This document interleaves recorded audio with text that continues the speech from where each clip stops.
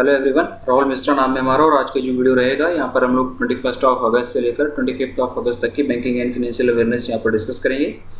और अपने पिछले वीडियोस में हम लोगों ने 20 अगस्त तक की banking and financial awareness discuss कर लिया है। जो हमारे पेड यूजर्स हैं उनको ऐप पर भी नहीं मिल पा रहा है क्योंकि ऐप पर AWS सर्वर का थोड़ा सा इशू है, तो वीडियो अपलोड नहीं हो रहा है, इस वजह से उनको वीडियो वहाँ पर नहीं मिल रहा है। तो वो लोग भी यहाँ पर यूट्यूब पर ही आप लोग उस वीडियोस को मतलब देख लिया करो, ठीक है। जैसे सर्वर अगर सुबह तक ठीक हो जाता है तो सुबह मैं जो है इसको अपलोड कर दूंगा, नहीं तो तब तक आप लोग यूट्यूब से आप लोग देख सकते हो, ठीक है। तो चलो देखो पहला क्वेश्चन क्या बोला गया है इसमें। In order to provide loans to MSME borrowers which bank has recently partnered with Proteum Finance and InCred Financial Services Limited IFSL। MSME उधारकर्ताओं को ऋण प्रदान करने के लिए किस बैंक ने हाल ही में protium finance and InCred financial services limited के साथ में भागीदारी की है, इस क्वेश्चन में पूछा गया है, ठीक है। और इसका जो आंसर हो जाएगा, इसका आंसर हो जाएगा Central Bank of India, option number C. Option number C, Central Bank of India, option number C जो है इसका आंसर हो जाएगा। किसके किसके बीच में पार्टनरशिप हुई है, दोनों चीजें आपको बता दी गई, यही चीजें आप लोग याद रखना, ठीक है। सेंट्रल बैंक ऑफ इंडिया और इसके साथ में जो है प्रोटियम फाइनेंस और इनक्रेड फाइनेंशियल सर्विसेज लिमिटेड, ठीक है। इन सब ने जो है मतलब पार्टनरशिप किया हुआ है। और क्यों पार्टनरशिप किया हुआ है? In order to provide loans to MSME borrowers, MSME borrowers को जो है लोन प्रोवाइड करने के लिए। तो नाम आप लोग याद रख लेना है। यहाँ पर सेंट्रल बैंक ऑफ इंडिया की बात हुई है तो मुंबई महाराष्ट्र में इसका हेडक्वार्टर हो जाएगा। सेंट्रल टू यू सिंस 1911 ये इसकी टैगलाइन हो जाएगी। MV राव जो है उसके MD एंड CEO हो जाएंगे। Next, in order to ease access to financial information, which organization has recently joined the RBI's account aggregator framework in August 2022? वित्तीय जानकारी तक पहुंच को आसान बनाने के लिए कौन सा संगठन हाल ही में अगस्त 2022 में RBI के अकाउंट एग्रीगेटर ढांचे में शामिल हुआ है, ठीक है। अकाउंट एग्रीगेटर से रिलेटेड पहले भी क्वेश्चंस पढ़ाए गए हैं, बताए गए हैं कौन कौन से बैंक उसमें अकाउंट एग्रीगेटर के रूप में शामिल हुए हैं। तो वो चीज़ें आप लोग यहाँ पर रिकॉल करोगे, वो चीज़ें आपको यहाँ पर याद आनी चाहिए अगर आप लोगों ने पिछले वीडियोस वगैरह पढ़े हैं, ध्यान से पढ़े हैं तो, ठीक है। फिलहाल इसका जो आंसर होगा SEBI, option number B, Securities Exchange Board of India, option number B SEBI जो है इसका आंसर हो जाएगा, ठीक है। सेबी ने अभी हाल ही में RBI का जो अकाउंट एग्रीगेटेड फ्रेमवर्क है इसको अभी अगस्त में ज्वाइन किया हुआ है, ठीक है। और अब तक टोटल 12 पब्लिक सेक्टर बैंक, मैंने बताया ना कि इससे पहले कुछ पब्लिक सेक्टर बैंक हैं जिन्होंने भी अकाउंट एग्रीगेटर ज्वाइन किया हुआ है, ठीक है। तो टोटल 12 पब्लिक सेक्टर बैंकों ने अकाउंट एग्रीगेटर फ्रेम ज्वाइन कर लिया है, ठीक है। कंज्यूमर्स को उनके फाइनेंशियल रिकॉर्ड्स का एक्सटेंडेड एक्सेस और कंट्रोल प्रोवाइड करने के लिए अकाउंट एग्रीगेटर फ्रेमवर्क जो है 2021 में लॉन्च किया गया था। अकाउंट एग्रीगेटर फ्रेमवर्क होता क्या है ना, फाइनेंशियल इंफॉर्मेशन प्रोवाइडर, ये सब चीज़ें इसके बारे में थोड़ा डिटेल में पिछले वीडियोस में कई बार बताई जा चुकी है। तो यहाँ पर अकाउंट एग्रीगेटर फ्रेमवर्क के बारे में बहुत ज़्यादा डीप में नहीं पढ़ेंगे, थोड़ा सा PDF इसके बारे में दे दूंगा। लेकिन यहाँ पर इस पर्टिकुलर क्वेश्चन से मतलब है कि सेबी जो है securities and exchange Board of India, इसने भी हाल ही में अगस्त में RBI का जो अकाउंट एग्रीगेटर फ्रेमवर्क है उसमें इसको हाल ही में रिसेंटली ज्वाइन किया हुआ है, ठीक है। तो ये चीज़ आप लोग याद रखना, ठीक है। तो ऑप्शन नंबर बी सेबी इसका आंसर हो जाएगा। सेबी के हेडक्वार्टर की बात करेंगे तो मुंबई महाराष्ट्र में इसका हेडक्वार्टर हो जाएगा। माधवीपुरी बच्ची इसकी चेयरपर्सन हो जाएंगे। और ऑप्शन में जो भी ऑर्गेनाइजेशन दिए गए इनके सबके हेडक्वार्टर और इनके चेयरपर्सन कौन है, इनका हेड कौन है, ये आप लोग रिकॉल यहाँ पर करते हुए चलोगे। अगले क्वेश्चन की तरफ बढ़ते हैं। As per RBI's recent data, what are the increased Indian remittance under the liberalized remittance scheme LRS in Q1 of the financial year 23? RBI के हालिया आंकड़ों के अनुसार वित्त वर्ष 2023 की पहली तिमाही में उदारीकृत प्रेषण योजना LRS के तहत भारतीयों को भेजे जाने वाले धन में कितनी वृद्धि हुई है, ये क्वेश्चन पूछा गया। इस क्वेश्चन का हिंदी में मतलब है और इसका जो आंसर हो जाएगा 6.04 billion USD, option number A. Question बढ़िया है, 6.04 billion USD, option number A जो है इसका आंसर हो जाएगा। RBI ने भी हाल ही में डाटा रिलीज किया हुआ है और उस डाटा के अनुसार LRS यानी कि लिबरलाइज्ड रेमिटेंस स्कीम, LRS के तहत में इंडियन रेमिटेंस में फाइनेंशियल ईयर 2023 के Q1 में, फाइनेंशियल ईयर 2023 की पहली तिमाही में टोटल 64.75% का इंक्रीज हुआ है और ये बढ़कर 6.04 बिलियन USD हो गई है। जबकि अगर हम लोग बात करें फाइनेंशियल ईयर 2022 के Q1, तो फाइनेंशियल ईयर 2022 के Q1 में ये 3.67 बिलियन USD हुआ करता था, ठीक है ना। LRS जो है ये लिबरलाइज्ड रेमिटेंस स्कीम जो है ये बेसिकली फरवरी 2004 में लॉन्च किया गया था। बहुत ज़्यादा इस स्कीम के बारे में यहाँ पर नहीं जानेंगे, ये वैल्यू आप लोग याद रखो 64.75% बढ़ा हुआ है, बढ़कर कितना हुआ है 6.04 बिलियन यूएसडी। बात हो रही फाइनेंशियल ईयर 2023 के क्वार्टर 1 की। अगर फाइनेंशियल ईयर 2022 के क्वार्टर 1 की तुलना की जाए इसकी, तो उस समय जो है ये 3.67 बिलियन यूएसडी हुआ करता था और अब ये 64.75% बढ़कर ये इतना हो गया। ठीक है, तो ऑप्शन नंबर ए जो है इसका आंसर हो जाएगा।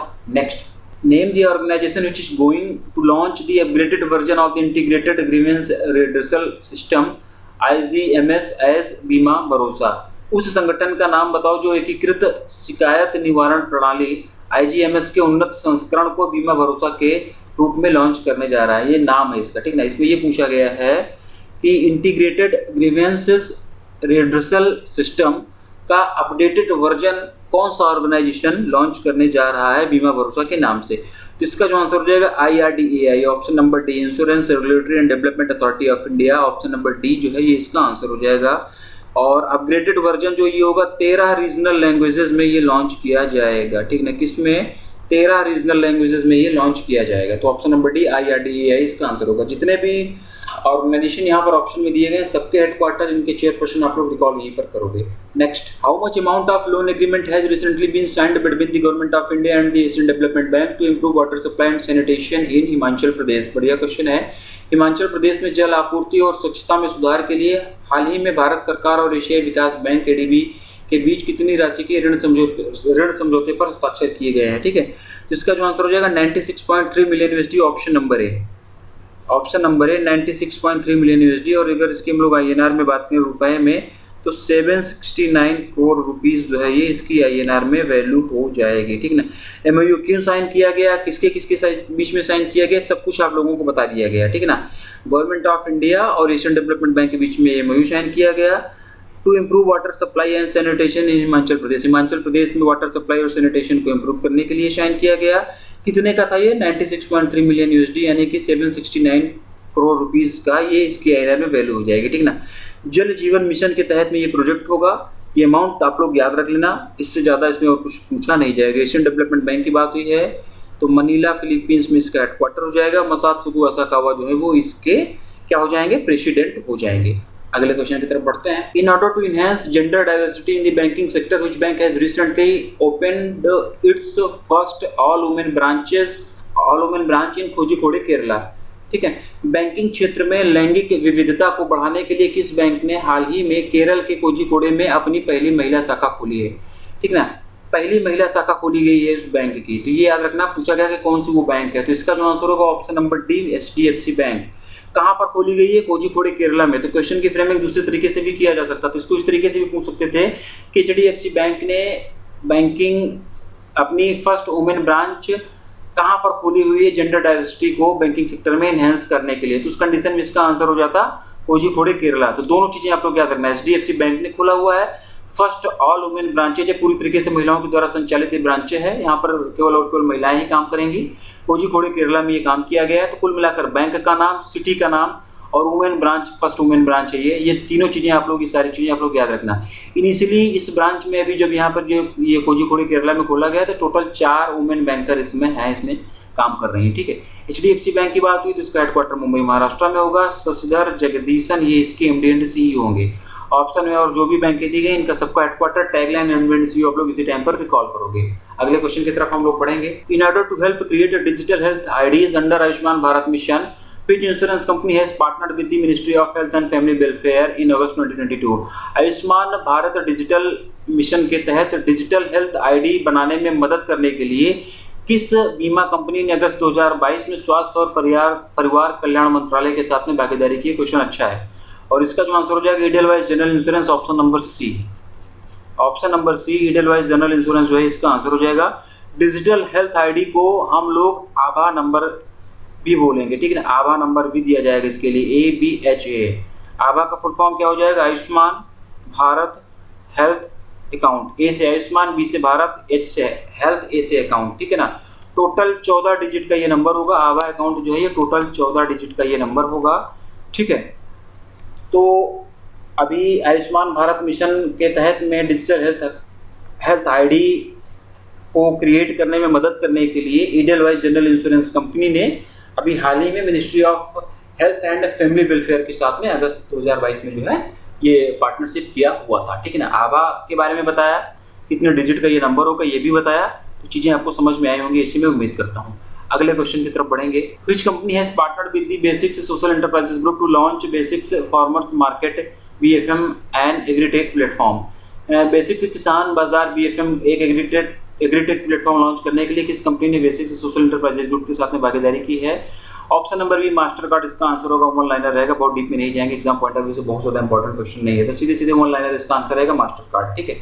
अगला और लास्ट क्वेश्चन देखेंगे हम लोग इस वीडियो का। Which bank has recently launched a new pre qualified credit card along with an overdraft facility against fixed deposit?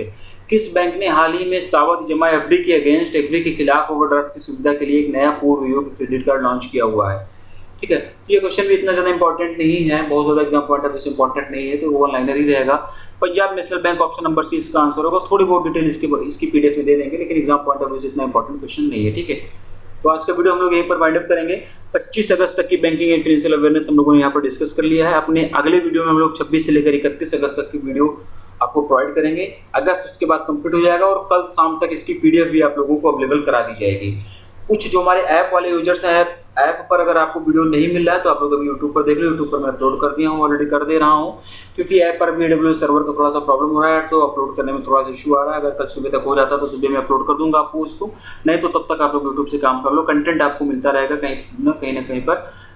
Content से रिलेटेड कोई दिक्कत आपको नहीं आएगी, ठीक है। तो चलो मिलते हैं अपने अगले वीडियो में।